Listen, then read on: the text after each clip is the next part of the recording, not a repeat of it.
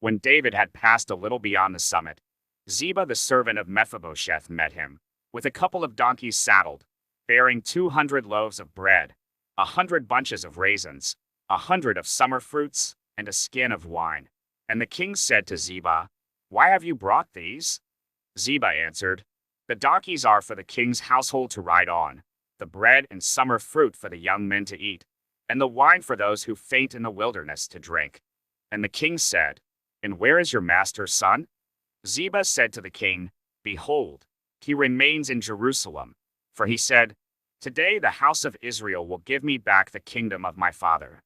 Then the king said to Ziba, "Behold, all that belonged to Mephibosheth is now yours." And Ziba said, "I pay homage. Let me ever find favor in your sight, my lord the king." When King David came to Bahurim, there came out a man of the family of the house of Saul, whose name was Shimei, the son of Gera, and as he came he cursed continually. And he threw stones at David and at all the servants of King David, and all the people and all the mighty men were on his right hand and on his left. And Shimei said as he cursed, get out, you man of blood, you worthless man. The Lord has avenged on you all the blood of the house of Saul, in whose place you have reigned, and the Lord has given the kingdom into the hand of your son Absalom. See, your evil is on you, for you are a man of blood."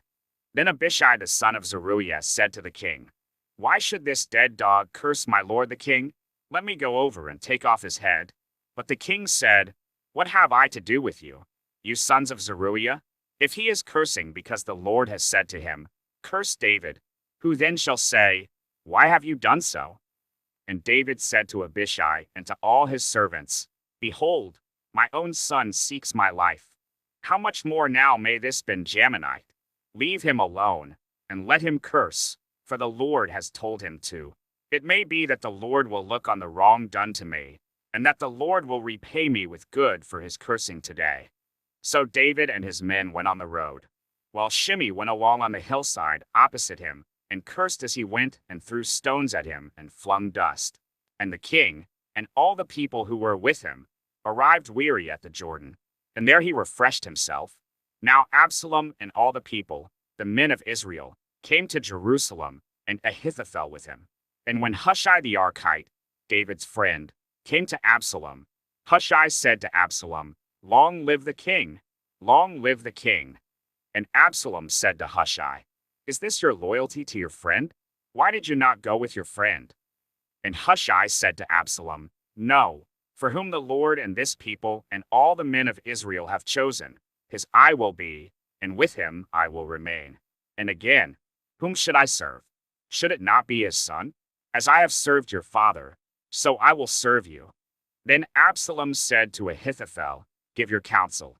What shall we do?" Ahithophel said to Absalom, "Go in to your father's concubines, whom he has left to keep the house, and all Israel will hear that you have made yourself a stench to your father, and the hands of all who are with you will be strengthened." So they pitched a tent for Absalom on the roof. And Absalom went in to his father's concubines in the sight of all Israel.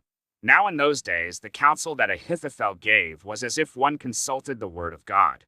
So was all the counsel of Ahithophel esteemed, both by David and by Absalom.